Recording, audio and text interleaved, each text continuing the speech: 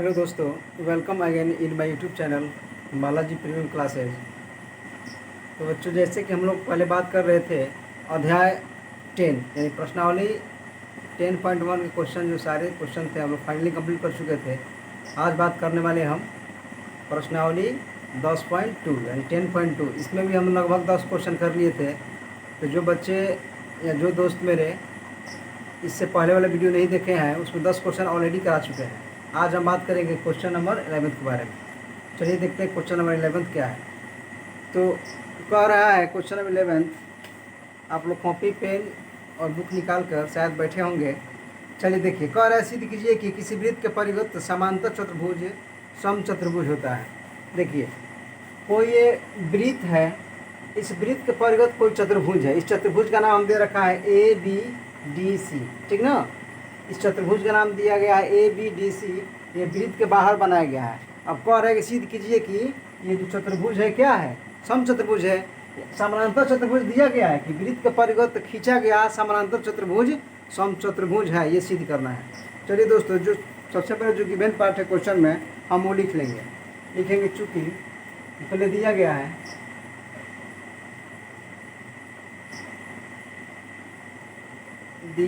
है ए B C D एक समांतर चतुर्भुज है। एक समांतर चतुर्भुज है। मेरे दोस्तों, अगर समानांतर चतुर्भुज होता है तो समानांतर चतुर्भुज का एक प्रॉपर्टी होता है कि समानांतर चतुर्भुज में आमने सामने के साइड इक्वल होते हैं एवं समानांतर होते हैं। यानी ये वाला साइड इसके इक्वल होगी और क्या होंगी, समानांतर होंगी। यानी हम कह सकते हैं इसमें कि ए बी बराबर होगा, ए बी बराबर सी डी, ए बी बराबर सी डी, व ए डी बराबर होगा बी सी। इसको हम दे दे रहे हैं समीकरण 1। इसको हम समीकरण 1 दे दे रहे हैं, आगे क्वेश्चन में यूज होगा। दोस्तों, समानांतर चतुर्भुज का प्रॉपर्टी होता है कि आमने सामने के साइड यानी ए बी समानांतर होगा डी सी के, समानांतर के साथ साथ इक्वल भी होता है। उसके बाद ए डी समानांतर होगा साइड बी सी के, समानांतर भी होगा और एक दूसरे का क्या होगा, इक्वल भी होगा। ठीक, यानी कि समानांतर चतुर्भुज में ये चीज़ ऑलरेडी इसका प्रॉपर्टी होता है, जो मैंने बोर्ड पर लिख दिया। अब चलिए सिद्ध करना है कि क्या सिद्ध करना है। सिद्ध करना है कि ए बी सी डी एक समचतुर्भुज है। एक समचतुर्भुज है, ठीक ना। यही सिद्ध करके दिखाना है कि ए बी सी डी क्या है, एक समचतुर्भुज है। तो समचतुर्भुज होता है तो समचतुर्भुज के सभी साइड आपस में क्या होती है, इक्वल होती है। यानी हमको ये दिखाना है कि ए बी बराबर हो जाएगा सी डी बराबर ए डी बराबर बी सी। यानी कि ये इसके बराबर, ये इसके बराबर, सब साइड आपस में ए बी बराबर बी सी बराबर डी सी बराबर ए डी। यानी समचतुर्भुज का मतलब होता है कि इस चतुर्भुज का चारों साइड आपस में क्या होनी चाहिए, इक्वल होनी चाहिए। तो हमें यही दिखाना है, ए बी बराबर सी डी बराबर ए डी बराबर बी सी। चारों साइड को हम इक्वल दिखा देंगे तो हम कह सकते हैं कि हाँ, ये जो चतुर्भुज है समचतुर्भुज होगा या नहीं होगा। तो चलिए दोस्तों, सबसे पहले तो हम एक प्रॉपर्टी जानते हैं। इससे पहले वाले वीडियो में हम बताए थे परिमेय 10.2। परिमेय 10.2 क्या बोलता है कि किसी वृत्त के बाह्य बिंदु से, वृत्त के किसी भी बाह्य बिंदु से वृत्त पर खींची गई स्पर्श रेखा की लंबाई क्या होती है, इक्वल होती है। तो उसी परिमेय का हम यहाँ पर यूज होगा और सवाल क्या करेंगे, सॉल्व करेंगे। तो चलिए दोस्तों, हम लिखेंगे परिमेय 10.2 से। देखिए, अगर हम बात कर रहे हैं पॉइंट ए, यानी मानो कि ये कोई पॉइंट है, जैसे कि ये कोई पॉइंट ए हो गया, ये कोई मेरा वृत्त हो गया। तो पॉइंट ए से ये पॉइंट ए है, यहाँ पर एस है, यहाँ पर पी है। देखिए दोस्तों, यहाँ पर बात समझने की है। यहाँ पर अगर समझ में आ जाएगा तो क्वेश्चन आप लोग सॉल्व कर लीजिएगा। ये कोई पॉइंट ए है और ए से वृत्त पर एक बिंदु एस है और एक बिंदु पी है, यानी ये स्पर्श बिंदु है। यानी कि एस स्पर्श रेखा है और ए पी स्पर्श रेखा है। तो यही कहता है परिमेय 10.2 कि किसी बाह्य बिंदु से वृत्त पर खींची गई स्पर्श रेखा की लंबाई क्या होती है, इक्वल होती है। यानी कि हम कह सकते हैं इसमें एस बराबर क्या होगा, ए पी। यानी कि ये स्पर्श रेखा है, के स्पर्श रेखा, ये दोनों वृत्त पर खींचा गया है। यानी हम कह सकते हैं दोनों आपस में रेखा क्या होगी, बराबर होगी। इसी तरह देखिए दोस्तों, ये हम मानते हैं कि ए कोई बाह्य बिंदु है, ये मेरा स्पर्श रेखा है ए पी और ए एस। यहाँ से हम कह सकते हैं कि ए पी बराबर किसका होगा, ए पी बराबर ए एस, ठीक ना। ए पी बराबर ए एस के जो वृत्त के बाह्य बिंदु से स्पर्श रेखा पर खींची गई जो वृत्त किसी बाह्य बिंदु से वृत्त पर खींचे गए स्पर्श रेखा की लंबाई क्या होती है, इक्वल होती है, यानी कि ए पी बराबर हो जाएगा किसका, ए एस का। इसको नाम दे रहे हैं समीकरण 1। पुनः इसी पर हम बात करते हैं बीपी के, बीपी किसका बराबर होगा, बी क्यू के, यानी बीपी बराबर बी क्यू, समीकरण 2, समीकरण 2। उसी प्रकार सी आर बराबर क्या हो जाएगा दोस्तों, सी आर बराबर सी क्यू, ठीक ना, ए पी बराबर बी क्यू, इससे सी आर बराबर, तो सी आर बराबर हो जाएगा हमारा सी क्यू, सी आर बराबर सी क्यू, क्योंकि हमारा सी कोई बाह्य बिंदु है और बाह्य बिंदु से वृत्त पर खींची गई स्पर्श रेखा की लंबाई क्या होती है, इक्वल होती है, यानी कि सी आर किसके बराबर हो जाएगा, सी आर बराबर होगा हमारा सी क्यू के। उसी प्रकार दोस्तों ये मेरा डी आर, यहाँ पर डी आर बराबर हो जाएगा किसके, इक्वल डी एस के। समीकरण इसको 3 दे दो, इसको समीकरण 4, क्योंकि देखो यहाँ पर कोई अगर बाह्य बिंदु डी हम ले रहे हैं तो बाह्य बिंदु से वृत्त पर स्पर्श रेखा डी आर और इसी बाह्य बिंदु से वृत्त पर स्पर्श रेखा डी एस, ये दोनों आपस में क्या होंगे, इक्वल होंगे। तो समीकरण 1 2 3 4 हमने क्या कर लिया, बना लिया। अब चारों समीकरणों को क्या कर देंगे, जोड़ देंगे। अब लिखेंगे समीकरण 1 2 3 व 4 को जोड़ने पर, और 4 को जोड़ने पर, तो दाहिने वाला दाहिने साइड, बाएं वाला बाएं साइड हम एक करके क्या करते हैं, जोड़ते हैं। चलिए जोड़ते हैं, A P plus B P plus C R plus D R बराबर हो जाएगा A S plus B Q plus C Q plus D S देखिए।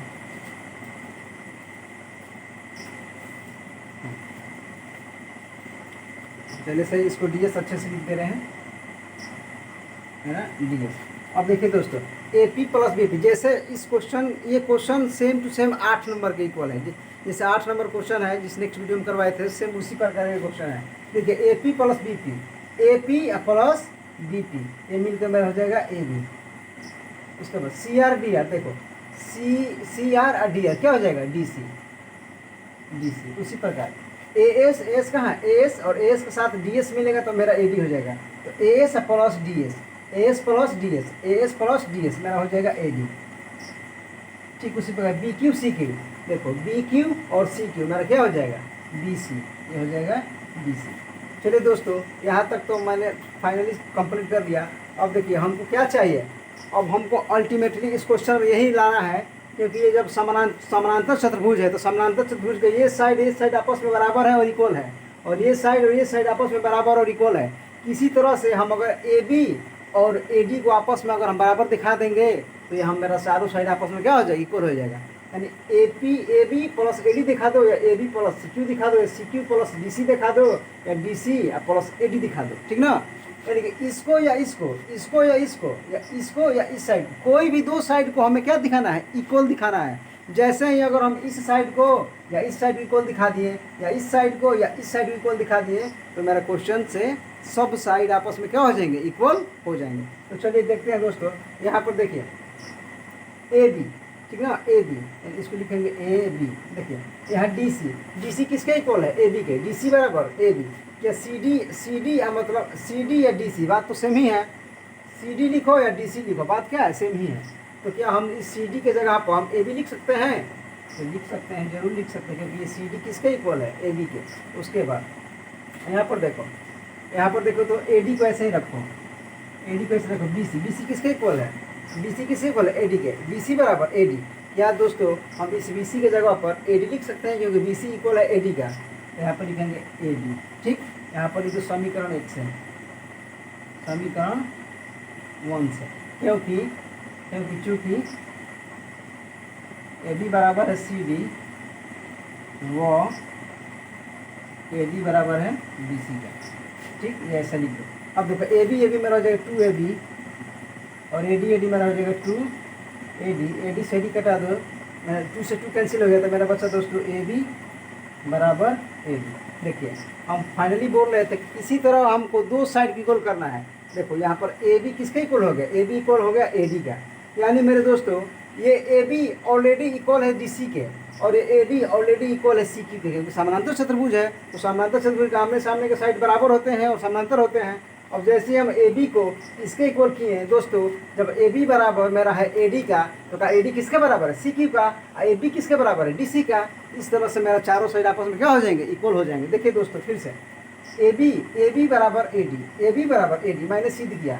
ए बी किसके बराबर है, डी सी का, ए डी किसके बराबर है, डी सी का। इस तरह से मेरा चारों साइड आपस में क्या हो जाएंगे, इक्वल हो जाएंगे। अतः लिख सकते हैं अतः इसको समीकरण दे रहे हैं 2, समीकरण 2। अतः समीकरण 1 व 2 से, समीकरण 1 व 2 से हम कह सकते हैं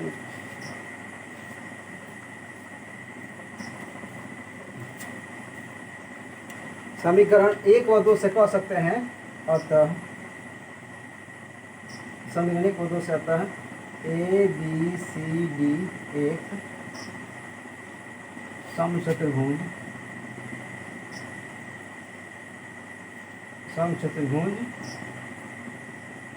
होगा, ठीक ना। इस समीकरण 1 और 2 से ये चारों साइड आप यहाँ पर एक लिख दे रहे हैं, ऐसे भी यहाँ पर लिख लो। ए बी बराबर हो जाएगा ए बी बराबर सी डी बराबर ए डी बराबर बी सी, ठीक ना। समीकरण 1 व 2 से इसके लिखने के बाद ये लिखना ए बी बराबर सी डी बराबर ए डी बराबर बी सी।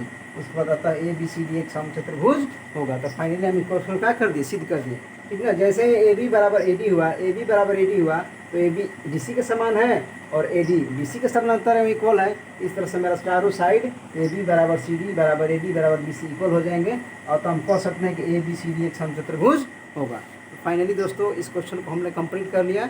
चलिए आप इस क्वेश्चन को लिख लीजिए।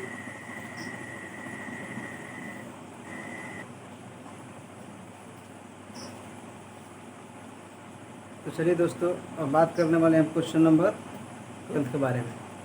ये भी क्वेश्चन थोड़ा सा लेंदी है, लेकिन लेंदी है फिर भी इस क्वेश्चन को हम क्या करेंगे, सॉल्व करेंगे। देखिए क्वेश्चन में चित्र दे दिया है, ठीक ना, ठीक, चित्र दे दिया है कि वृत्त के अंदर त्रिभुज के अंदर एक वृत्त है, ठीक ना। ये इसका स्पर्श बिंदु है ई एफ, इसका हम नाम दिए ये इसका एफ, ये डी दिया है ऑलरेडी, ठीक ना, बुक में डी दे दिया है।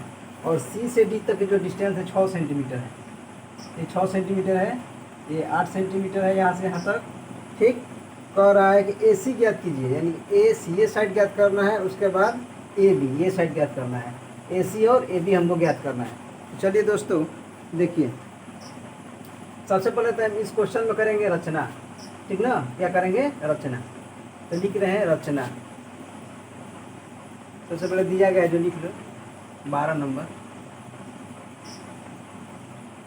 दिया गया है ए बी सी एक त्रिभुज है जिसमें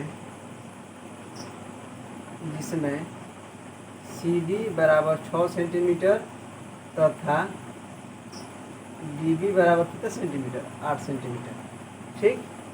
जो गिवन पार्ट है उसको हम लिख ले रहे हैं, ये 6 सेंटीमीटर है। ये देखिए दोस्तों, अगर ये 6 होगा तो मेरा ये भी कितना हो जाएगा, 6 सेंटीमीटर हो जाएगा, क्योंकि बाह्य बिंदु से वृत्त पर खींची गई स्पर्श रेखा की लंबाई क्या होती है, इक्वल होती है परिमेय 10.2 से।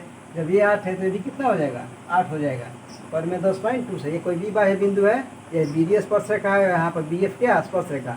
जब ये 8 होगा तो ये भी क्या होगा, 8 होगा। हमको ए ही नहीं मालूम है तो मान ले रहे हैं कितना, ए हम मान रहे हैं वाई, क्या मान रहे हैं, वाई मीटर। जब ये वाई होगा तो ये भी कितना होगा, ये भी वाई होगा, क्योंकि बाह्य बिंदु से ये ए बाह्य बिंदु है और ये स्पर्श रेखा है। तो बाह्य बिंदु से वृत्त पर खींची गई स्पर्श रेखा लंबाई क्या होती है, इक्वल होती है। नहीं, जब ए ही वाई होगा तो ए एफ क्या हो जाएगा, मेरा वाई हो जाएगा। और हम ये क्या कर रहे हैं, ये केंद्र से इस शीर्ष को मिला, सी को मिला रहे हैं, इसको इससे मिला दिए, फिर ए शीर्ष से भी केंद्र ओ को मिला दिए, और ये सी बी शीर्ष जो है इससे भी केंद्र ओ को क्या कर दिए, मिला दिए। ये मेरा केंद्र ओ है, ठीक, ये केंद्र ओ है, इसको ओ नाम दे दें, ठीक ना। तो रचना लिखो, रचना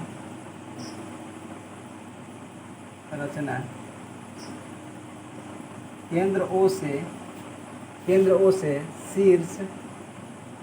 शीर्ष ए बी व सी को मिलाया, तो सी को मिलाया। केंद्र ओ से ए को मिला दिया, बी को मिला दिया, और सी को क्या कर दिया, हमने मिला दिया। उसके बाद देखो ये तो मेरा वृत्त की त्रिज्या हुआ ना, ये केंद्र से परिधि के बीच की दूरी क्या होती है, त्रिज्या। केंद्र से परिधि त्रिज्या, ये भी केंद्र से परिधि त्रिज्या, ठीक। अब देखिए दोस्तों, यहाँ पर हम बात करने वाले हैं अब परिमेय 10.1 क्या कहता है? परिमेय 10.1 यही कहता है कि वृत्त की त्रिज्या स्पर्श बिंदु पर कितना कोण बनाती है? 90 डिग्री का। तो यहाँ से देखिए हम बात करते हैं परिमेय 10.1 से परिमेय 10.1 से देखिए मेरा ये ओडी है, ओडी लंब होगा किस पर? बीसी पर। ओडी लंब बीसी। उसके बाद ओएफ लंब हो जाए किस पर? एबी पर। तथा ओई लंब होगा दोस्तों, ओई लंब हो जाएगा हमारा किस पर? एसी पर। ठीक, ओडी लंब है एबी पर, एबीसी पर, ओएफ लंब है एबी पर और ओई लंब है भुजा एसी पर। ठीक ना, परिमेय 10.1 से, क्योंकि वृत्त की त्रिज्या स्पर्श बिंदु पर क्या होती है? समकोण होती है, 90 डिग्री होती है। यहाँ पर किताब में दे दिया है दोस्तों को वृत्त की त्रिज्या कितना है? 4 सेंटीमीटर। कह रहा है ना कि 4 सेंटीमीटर त्रिज्या वाले, जब ये त्रिज्या 4 सेंटीमीटर है दोस्तों, ये भी मेरा हो जाएगा 4 सेंटीमीटर और ये भी कितना हो जाएगा? 4 सेंटीमीटर। ये OF त्रिज्या है, OD त्रिज्या है और OE भी क्या है? मेरा त्रिज्या है। ठीक, तो 4-4 सेंटीमीटर हो जाएगा। अब देखिए इसमें हम जैसे ही एक बात आप लोग नोटिस कीजिए, जैसे ही हम ये शीर्ष से केंद्र O से शीर्ष A, शीर्ष B और शीर्ष C को मिलाया तो हमको यहाँ पर 3 गो त्रिभुज दिखाई दिया। ठीक ना, एक त्रिभुज दिखाई दिया AOC, उसके बाद BOC, उसके बाद AOB। ठीक ना, और बारी बारी से तीनों त्रिभुज का हम क्षेत्रफल निकालेंगे। ठीक, क्योंकि ऊंचाई दे दिया है ना, ये त्रिज्या ही तो ऊंचाई है। OF क्या है? शीर्ष लंब है, यानी कि ऊंचाई है। अब हम बात करते हैं त्रिभुज, सबसे बड़ा त्रिभुज AOC में, त्रिभुज AOC में यानी कि त्रिभुज AOC का क्षेत्रफल, यानी एरिया ऑफ त्रिभुज AOC। एरिया मतलब कि त्रिभुज AOC का क्षेत्रफल। तो क्या होता है फार्मूला? 1/2 आधार गुणे शीर्ष लंब यानी कि ऊंचाई दोस्तों। तो 1/2 मेरा आधार इस त्रिभुज में है, ये AOC में आधार ये होगा, AC आधार होगा ना, क्या होगा? AC, यानी AC में कितना है? 6 + y, तो जगह 6 + y इंटू ऊंचाई कितना है? इसका हाइट यही है OE कितना है? 4 सेंटीमीटर। चलो 4 सेंटीमीटर, तो 4 से 4 मेरा कैंसिल, 2 से 2 दूनी का 4, तो गुणा करो 2 में 6 से कितना हो जाएगा? 6 दूनी 12 + 2y, यानी समीकरण 1। इसको समीकरण क्या मान लेंगे? 1। अब पुनः त्रिभुज AOC हो गया और BOC में, त्रिभुज BOC में फिर इसका क्षेत्रफल निकाल दो। एरिया ऑफ त्रिभुज BOC बराबर 1/2 आधार, इसका आधार क्या होगा? इसका आधार देखो दोस्तों, ये होगा 6 + 8। ये त्रिभुज BOC, इसका आधार ये है ना BC, ये 6/8 है, तो 8 6 14, यानी 14। इसका भी ऊंचाई कितना होगा? ये 4 सेंटीमीटर। OD इसका हाइट है ना, तो 4 सेंटीमीटर, तो 2 दूनी का 4, यहाँ तो 14 दूनी कितना हो जाएगा? 28, 14 दूनी 28, यानी कि हमारा हो गया 28 सेंटीमीटर। समीकरण 2। पुनः त्रिभुज AOB में एरिया ऑफ त्रिभुज त्रिभुज AOB का क्षेत्रफल ये बराबर हो जाएगा मेरा 1/2।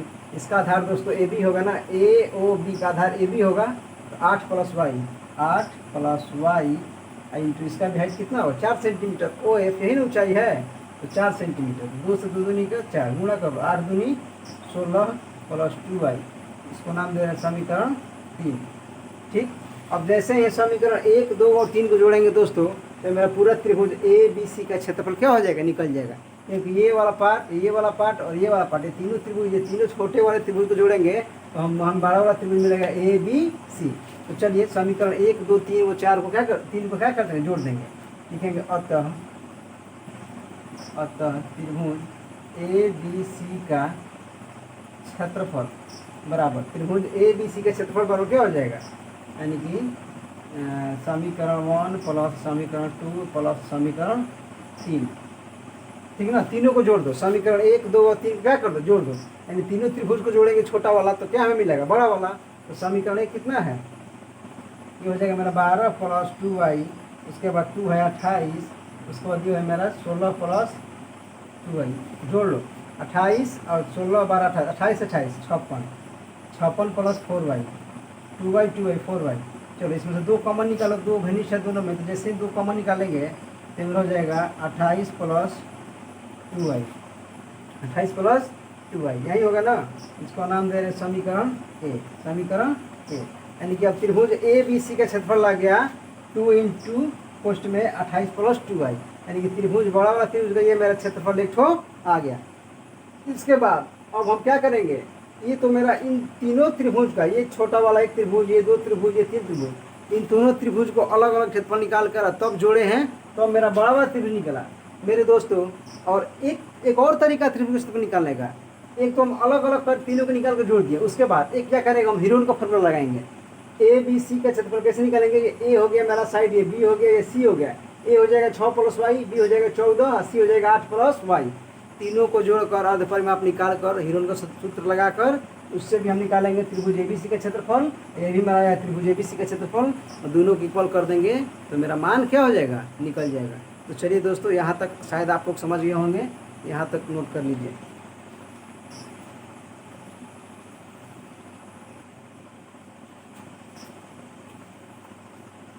चलिए दोस्तों, अब हम बात करेंगे त्रिभुज का क्षेत्रफल हीरोन के फार्मूला से, ठीक। और हम बात करते हैं, देखिए ए बराबर यहाँ पर क्या हो जाएगा, ए बराबर हो जाएगा कितना, 6 प्लस वाई, ठीक ना, सेंटीमीटर।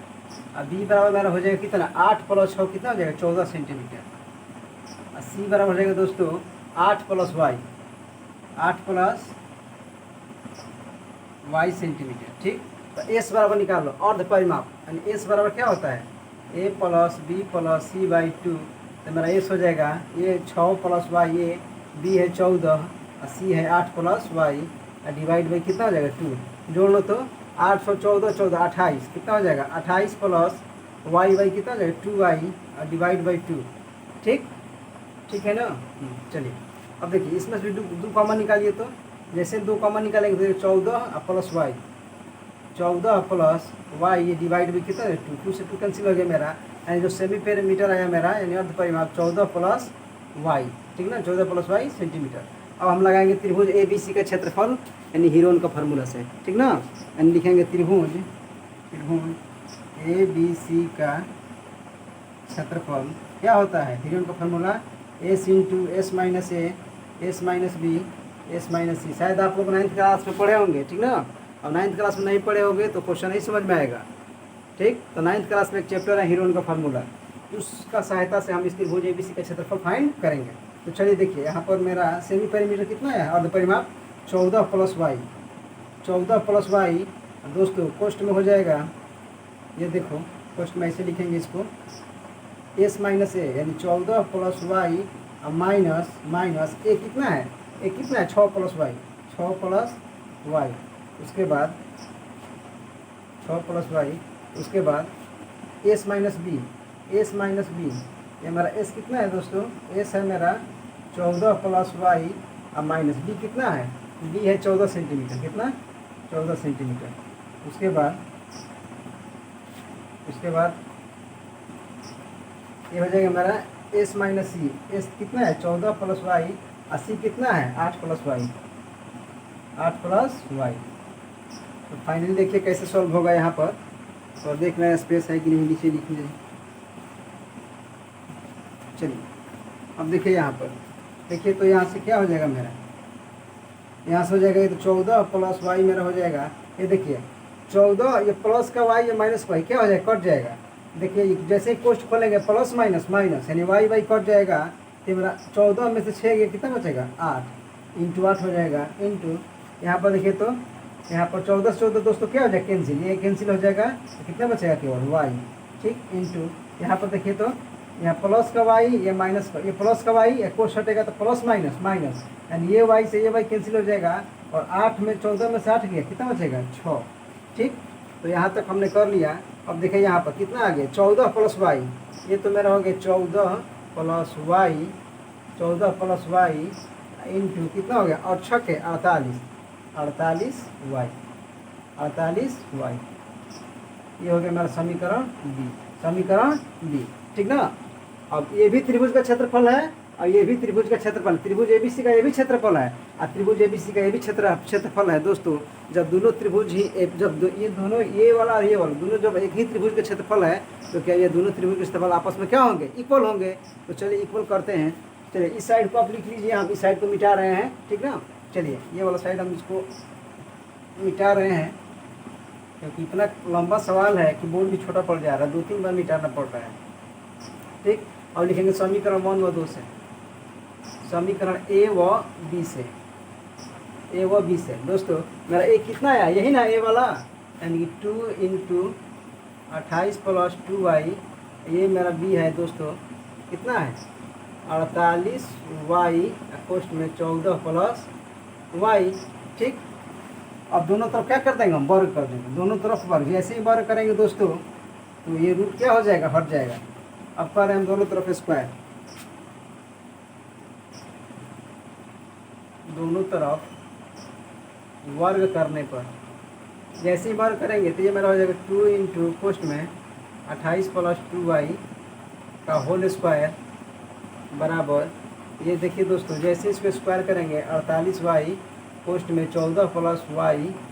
ठीक ना, जैसे इसका स्क्वायर करेंगे तो ये स्क्वायर से रूट मेरा क्या हो गया, कैंसिल। तो यहाँ से हो जाएगा दोस्तों, एक स्क्वायर कर तो इसको दूसरी कितना हो जाएगा 4, एक कोष्ठ में हो जाएगा 28 प्लस 2y का होल स्क्वायर बराबर 48y कोष्ठ में 14 प्लस y, घटाओ 12 से, बचों के 48, यानी हो जाएगा 28 प्लस 2y का होल स्क्वायर बराबर 12y कोष्ठ में 14 प्लस y। ठीक, अब देखिए दोस्तों यहाँ से भी कॉमन निकाल लो, 2, कितना कॉमन निकलेगा 2। जैसे ही 2 कॉमन निकालेंगे इसमें से तो कितना निकलेगा, स्क्वायर है ना, 2 निकालेंगे कॉमन ऐसे तो 2 दूनी कितना हो जाएगा 4, यानी कि यहाँ से ऐसे निकलेगा 2 स्क्वायर कॉमन निकलेगा, ये हो जाएगा 14 प्लस y, 14 प्लस y का होल स्क्वायर। ठीक ना, इसमें से 2 जब 2 कॉमन निकलेगा दोस्तों तो स्क्वायर ना निकलेगा, क्योंकि 28 प्लस 2y का होल स्क्वायर है। जैसे भी इसमें से 2 कॉमन निकालेंगे तो ऐसे निकलेगा, स्क्वायर टाइप का निकलेगा। ठीक ना, क्योंकि 2 दूनी कितना होता है 4। ठीक, तो यहाँ से मान के चलो हम 4 निकाल लिए। ठीक,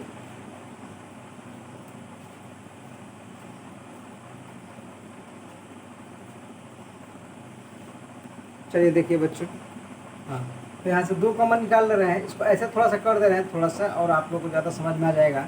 चलिए देखिए इस पार्ट से 2 कॉमन निकालो, ऐसे ये हो जाएगा 14 प्लस 2y। ठीक ना, जैसे निकालेंगे ऐसे करके निकाल लो होल स्क्वायर। ठीक, बराबर 12y कोष्ठ में 14 प्लस y। ठीक, इस 2 का स्क्वायर है, 2 निकालेंगे कॉमन तो 14 प्लस 2y बचा, होल स्क्वायर है तो होल स्क्वायर। जैसे ये 2 बाहर निकालेंगे तो 2 का स्क्वायर कितना होता है 4, 2 का स्क्वायर कितना निकलेगा 4, यानी 4 इंटू 14 प्लस 2y बराबर 12y प्लस 14 प्लस y।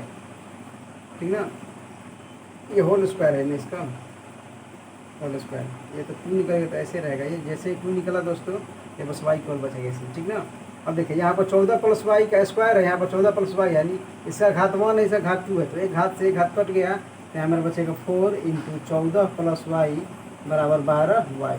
ठीक ना, गुणा करो 14 चौका 56 प्लस 4y बराबर 12y, तो 56 बराबर कितना हो जाएगा 12y माइनस 4y, ये हो जाएगा 12y, ये माइनस कितना हो जाएगा 4y बराबर 56 कितना हो जाएगा 8y, इसलिए y बराबर कितना हो जाएगा 56 डिवाइड बाई 8, 8 सतह, इसलिए y बराबर आ गया 7 सेंटीमीटर। मेरे दोस्तों y आ गया कितना सेंटीमीटर 7 सेंटीमीटर। जब y 7 आ गया तो ए ही निकाल लो, अतः लिखो अतः AC बराबर क्या हो जाएगा 6 प्लस y, यानी कि 6 प्लस y का मान कितना है 7, 7 6 13 सेंटीमीटर।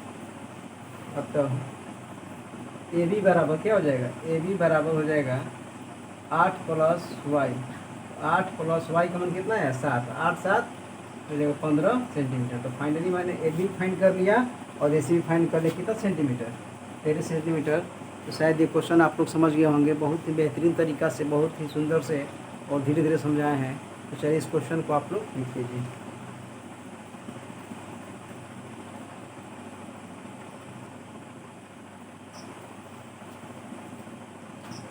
चलिए दोस्तों अब बात करेंगे नेक्स्ट क्वेश्चन के बारे में, जो इस चैप्टर का अंतिम क्वेश्चन है। तो चलिए देखिए, कह रहा है क्वेश्चन नंबर 13, सिद्ध कीजिए कि वृत्त के परिगत बनी चतुर्भुज के आमने सामने की भुजाएं केंद्र पर समपूरक कोण आंतरिक करती है। ठीक ना, ये वृत्त के परिगत कोई चतुर्भुज है, ये सिद्ध करना है कि इसके आमने सामने की भुजा, यानी कि ये वाला भुजा और ये वाला भुजा, केंद्र पर कितना कोण अंकित करती है, समपूरक यानी कि 180 डिग्री। ये कोई वृत्त है मेरा, इसका परिगत कोई चतुर्भुज है, तो हमें यही सिद्ध करना है कि वृत्त का आमने सामने भुजा है। तो यही ना एक आमने सामने भुजा हुआ, ये वाला भुजा और ये वाला भुजा आपस में क्या कोण बनाते हैं, तो समपूरक कोण। चलिए दोस्तों, इसको हम थोड़ा संरचना करेंगे। इसमें देखिए, इसको यहाँ से ऐसे मिलाएंगे, इसको ऐसे मिला दो यहाँ से भी, ठीक ना। ये वृत्त के वो काम करेगा, इसको ऐसे मिला दो, ठीक। यहाँ से हम मिला दिए हैं। इस प्रकार से हमें देखिए त्रिभुज का निर्माण हुआ। कितना त्रिभुज का निर्माण हुआ, देखो 1 2 3 4 5 6 7 8। इसका हम करते हैं नामकरण, ठीक ना। इसको ए कोण 1, ये कोण 2, कोण 3, कोण 5, कोण 4, कोण 5, कोण 6, कोण 7 और कोण मेरा 8, ठीक ना। कुल मिलाकर इसमें 8 कोण बन रहा है, 8 त्रिभुज बन रहा है, ठीक ना। इसलिए हम रचना किए, क्योंकि इसमें हम कोई भी एक त्रिभुज को लेंगे, दो त्रिभुज को सर्वांगसम दिखा देंगे। जब दो त्रिभुज आपस में सर्वांगसम होगा, तो इस तरह से सभी त्रिभुज आपस में क्या हो जाएंगे, सर्वांगसम हो जाएंगे। तो देखिए दोस्तों, ये मेरा केंद्र है, इसको हम नाम दे रहे हैं केंद्र ओ, केंद्र ओ। अब देखिए यहाँ से इसको हम नाम दे रहे हैं, इसको नाम दे दो पी दे दो, इसको क्यू दे दो, इसको आर दे दो, इसको पी क्यू, इसको एस दे दो, ठीक ना। कोई भी नाम दे सकते हो, नाम का कोई रोलिंग नहीं है इसमें। नाम A B C D P Q R S T जो मन सो नाम दे दो, नाम का कोई यहाँ पर रोल नहीं है कि यही लिखना है तो यही लिखना है, ठीक ना।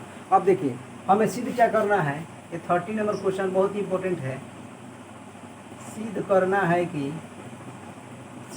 है कि हाँ देखो, ए ओ बी यानी कोण ए ओ बी, कोण ए ओ बी प्लस कोण ए ओ बी प्लस कोण सी ओ डी प्लस कोण सी ओ डी बराबर 180 डिग्री, ठीक ना। देखो ए ओ बी प्लस सी ओ डी बराबर 180 डिग्री, क्योंकि ये वाला ये आमने सामने का ये वाला कोण, आमने सामने का ये वाला कोण, इस कोण और ये कोण, ये दोनों का सम कितना होना चाहिए, 180 डिग्री। तो चलिए अब हम बात करते हैं, रचना मत लिखो इसमें, डायरेक्ट आ जाओ त्रिभुज में, ठीक। अब लिखेंगे, यानी देखिए दोस्तों एक और बात है, ए ओ बी में कौन सा कोण आ रहा है, कोण 2 प्लस कोण 3, तो इसको ऐसे भी लिख दो, कोण 2 और प्लस कोण 3, और प्लस सी ओ डी यानी कोण 6 प्लस कोण 7, यानी कोण 6 प्लस कोण 7 बराबर 180 डिग्री। यानी फाइनली हम अगर कोण 2 और 3 दिखा दे रहे हैं और प्लस कोण 6 और कोण 7 दिखा दे रहे हैं, तो मेरा 180 डिग्री कितना 180 डिग्री आना चाहिए। तो हम कह सकते हैं कि त्रिभुज क्या हो जाएगा, ये जो हमारा सवाल है ये सिद्ध हो जाएगा। यानी कोण 2 प्लस कोण 3 और कोण 6 प्लस कोण 7, हम फाइनली इन दोनों का सम और इन दोनों का सम 180 के इक्वल आ गया, तो हम कह सकते हैं कि ये मेरा सवाल क्या है, सिद्ध हो गया। तो चलिए अब बात करते हैं कार्यक्रम त्रिभुज ए ओ पी और ए ओ एस में, ठीक। दो त्रिभुज ले रहे हैं, ठीक ना। त्रिभुज ए ओ पी व त्रिभुज ए ओ एस में, चलिए सर्वांगसम दिखाइए। यहाँ पर सबसे पहले तो हम एक बात करेंगे, ये तो बिना लंब हो जाएगा ना, ये तो मेरा 90 डिग्री है। वृत्त की त्रिज्या स्पर्श बिंदु पर क्या होती है, लंब होती है, तो ये मेरा 90 डिग्री, ठीक। दिखाइए यहाँ पर देखिए, तो ए ओ दोनों में क्या है, उभयनिष्ठ है, यानी कि लिखेंगे ए ओ बराबर ए ओ, उभयनिष्ठ भुजा, ठीक। उसके बाद देखो तो ओ पी बराबर ओ एस, एक ही वृत्त की त्रिज्या,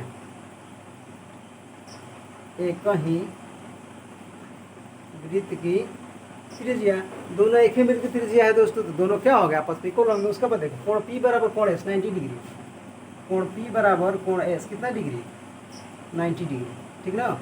यानी कि देखो दो को साइड ये को एंगल मिल गया, यानी हम कह सकते हैं कि आर एच एस से ये जो त्रिभुज है ए ओ पी, ये सर्वांगसम हो जाएगा त्रिभुज ए ओ एस, ठीक ना। क्योंकि अगर कोई भी दो साइड और एक 90 डिग्री का एंगल मिल जाए, तो इसका एक अलग ही पर पट्टी होता है आर एच एस से, राइट हैंड साइड, ठीक ना। यानी इन दोनों से त्रिभुज ए ओ बी सर्वांगसम होगा त्रिभुज ए ओ एस का। जब ये दोनों त्रिभुज आपस में सर्वांगसम है, तो by C P C T कहता है कि जब दो त्रिभुज आपस में सर्वांगसम होता है, तो उसका सब कुछ बराबर होता है, सब कोण और सब साइड आपस में क्या होंगे, इक्वल होंगे। यानी हम कह सकते हैं ना, इसमें क्या कह सकते हैं, कोण 1 बराबर क्या हो जाएगा, कोण 2। इसी प्रकार कोण 1 बराबर क्या हो जाएगा, कोण 2, ठीक। समीकरण 1 मानो। इसी प्रकार अब लिख दो, इसी प्रकार दोस्तों, इसी प्रकार अब आ जाओ त्रिभुज ए ओ एस व ए ओ बी में, यानी एस ओ बी में ए ओ बी, जब ये दो त्रिभुज हो गया ना, ये दो त्रिभुज हम सर्वाक्षण दिखा दिए, ये वाला सर्वाक्षण दिखा दिए। अब लेंगे हम त्रिभुज एस ओ बी व बी ओ क्यू में। इसी प्रकार हम लिखेंगे कि कोण 3 बराबर क्या हो जाएगा, कोण 4, समीकरण 2। उसी प्रकार कोण 5 बराबर कोण 6, समीकरण 3। उसी प्रकार कोण 7 बराबर कोण 8, कोण 7 बराबर कोण 8, समीकरण 4, ठीक ना, ये समीकरण 3। ठीक, जब इन दो त्रिभुज को इसको जब सर्वांकन दिखा दिए, तो जब कोण 1 और कोण 2 का इक्वल हो गया, तो मेरे दोस्तों इसी प्रकार इस त्रिभुज में कोण 3 कोण 4 के बराबर होगा, इन दो त्रिभुज में कोण 5 कोण 6 के बराबर होगा, इन दो त्रिभुज में कोण 7 कोण 8 का बराबर हो जाएगा। ठीक ना, इस प्रकार हम कह सकते हैं। अब देखिए कोण 1 कोण 2 3 4, अब इन सभी कोणों को हम जोड़ेंगे तो केंद्र पर कितना डिग्री का कोण अंतरित होता है, तो 360 डिग्री का। यानी अब चारों इन 8 कोणों को हम जोड़ेंगे, कोण 1 प्लस कोण 2 3 4 5 6 7 8, तो मेरा बनेगा 360 डिग्री के इक्वल, क्योंकि एक वृत्त पर कितना कोण बनता है, 360 डिग्री का। इसलिए हम कहेंगे चूँकि कोण 1, देखो दोस्तों, कोण 1 प्लस कोण 2 प्लस कोण 3 प्लस कोण 4 प्लस कोण 5 प्लस कोण 6 प्लस कोण 7 और प्लस कोण 8 बराबर 360 डिग्री। ठीक ना, यानी इन चारों कोणों, इन 8 कोणों को जोड़ेंगे, ये सब 8 जुटेगा तो एक सर्कल का निर्माण करेगा, यानी कि केंद्र पर कितना डिग्री कोण बनता है, 360 डिग्री का। अब देखिए हमको तो एक नहीं चाहिए ना, हमको क्या चाहिए, 2 3 और 6 7। हमको 2 चाहिए, 3 चाहिए, 6 चाहिए, 7 चाहिए, यानी 1 से काम नहीं है हमको ना, 7 8 से काम है ना, 5 से ना 4 से। ठीक ना, क्योंकि 2 3, देखिए 2 3 6 प्लस 7, 2 3 6 7। देखिए दोस्तों एक को काम नहीं है यहाँ पर ना, देखिए एक किसके बराबर है, एक कोण 2 के बराबर है कि है, नहीं है, तो हम लिख सकते हैं कोण 1 के जगह पर कोण 2, क्योंकि कोण 1 किसके इक्वल है, कोण 2 के। तो हमको कोण ये 1 नहीं चाहिए, हमको कोण कौन चाहिए, 2 चाहिए, 3 चाहिए, ये आमने सामने का और ये आमने सामने का हमको चाहिए ना। एक को हटा दो, एक को चेंज कोण 2 में, क्योंकि कोण 1 बराबर है कोण 2 का, यानी कोण 1 के जगह लिखेंगे कोण 2 और प्लस से पहले से कोण 2 है और कोण 3 हमें चाहिए ना, हाँ तो चाहिए, तो इसको कोण 3 लिखो। हाँ, कोण 4 नहीं चाहिए दोस्तों, कोण 4 नहीं चाहिए, तो कोण 4 को हटा दो, तो कोण 4 किसके बराबर है, कोण 3 के। कोण 4 किसके बराबर है, कोण 3, यहाँ पर लिखेंगे कोण 3, क्योंकि कोण 4 बराबर है कोण 3 का, कोण 3। उसके बाद कोण 5 चाहिए, नहीं चाहिए, तो 5 को हटाओ, कोण 5 किसके बराबर है, कोण 5 बराबर है कोण 6 के। कोण 5 किसके बराबर है, कोण 6 के, यानी इस 5 के जगह लिख देंगे 6, ये पहले से मेरा कोण 6 है दोस्तों। कोण 7 चाहिए, हाँ चाहिए, कोण 7 चाहिए, 8 नहीं चाहिए, 8 तो इसमें आ जाएगा ना, तो 8 किसके बराबर है, 8 बराबर है 7 के, लिखेंगे कोण 8 प्लस कोण 8 बराबर 360 डिग्री। ठीक ना, पूरा स्क्रीन पर आ रहा है।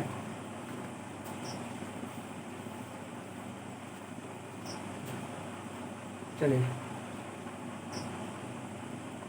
बराबर 360 डिग्री। ठीक, देखिए दोस्तों हमें 1 नहीं चाहिए, तो 1 किसके इक्वल है, 2 के, तो 1 की जगह पर 2 कर दिए। ठीक, हमें 3 चाहिए, हमें 4 नहीं चाहिए, ठीक ना, 4 नहीं चाहिए दोस्तों, 4 किसके इक्वल है, 4 3 के इक्वल है, तो इस 4 की जगह पर हम क्या लिख दिए, 3 लिख दिए, एक 3 पहले से ऑलरेडी यहाँ पर है। उसके बाद कोण 5 चाहिए, कोण 5 नहीं चाहिए, कोण 6 चाहिए, तो कोण 5 किसके बराबर, कोण 6 के, तो इस 5 की जगह पर हम क्या लिख दिए, इस 5 की जगह पर कोण 6 लिख दिए, एक कोण 6 ऑलरेडी इसमें है। कोण 7 चाहिए ना, हाँ देखिए कोण 7 चाहिए, कोण 8 नहीं चाहिए, तो कोण 8 नहीं चाहिए, तो कोण 8 किसके बराबर है, कोण 7 के, तो कोण 8 के जगह पर दोस्तों हमने क्या लिख दिया, कोण 7 के जगह पर क्या लिख दिया, कोण 8। ठीक ना, कोण 7 हमके, कोण 7 चाहिए, कोण 8 नहीं चाहिए, तो कोण 8 की जगह हम लिख दिए कोण कितना, 7 लिख दो, यहाँ पर थोड़ा मिस्टेक हो गया है।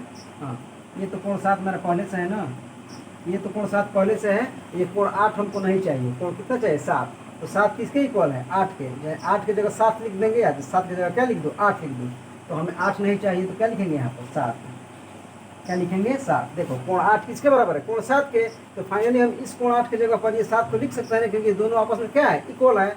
अब देखो ये क्या है, सब 2 का, 2 कोण 2 है, 2 कोण 3 है, 2 कोण 6 है, 2 कोण 7 है, तो इसको हम ऐसे लिख सकते हैं 2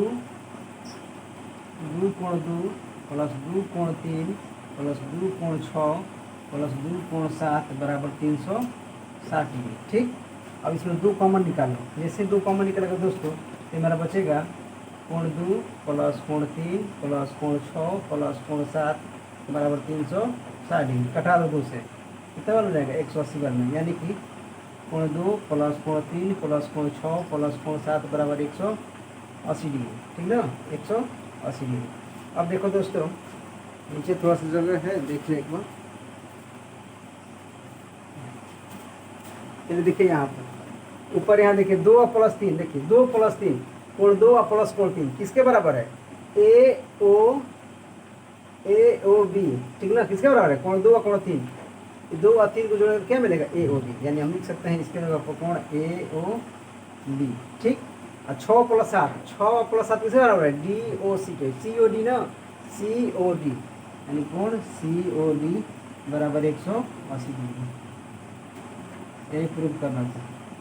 ठीक, देखिए फिर से यहाँ पर देखिए 2 और 3, ये 2 और 3, तो 2 3 यही बना रहा है ए ओ सी में। क्या 2 और 3 की जगह लिख सकता है ए ओ सी, यानी कोण ए ओ सी प्लस, ये देखिए 6 7, 6 7 इसी में बना रहा है सी ओ डी, इसी में बना रहा है सी ओ डी 6 7, तो क्या हम 6 व 7 की जगह लिख सकते हैं सी ओ डी, यानी कोण सी ओ डी बराबर 300 बराबर 180 डिग्री। मेरा हो गया प्रूफ। फाइनली यही दिखाना था, ये आमने सामने 2 प्लस 3 6 प्लस 7, ये इन आमने सामने कोण हम दिखा दिया 180 डिग्री। तो फाइनली यही क्या करना था, हमको सिद्ध करना था। मेरे प्यारे दोस्तों, क्वेश्चन को समझाने में बहुत टाइम लग रहा है, एकदम एक एक चीज़ बारीकी समझा रहे हैं। ठीक, अगर क्वेश्चन अगर आप लोग को शायद अच्छा से समझ में आ गया होगा तो कृपया करके इस वीडियो को शेयर कीजिए, और चैनल पर नए हैं तो चैनल से जुड़ जाइए, सब्सक्राइब कर लीजिए, लाइक कीजिए, कमेंट कीजिए, और अपने दोस्तों के पास शेयर कीजिए जो आपके लेवल के हों, 10th क्लास के लेवल के हों। ठीक ना, तब तक के लिए गुड नाइट, गुड बाय, धन्यवाद।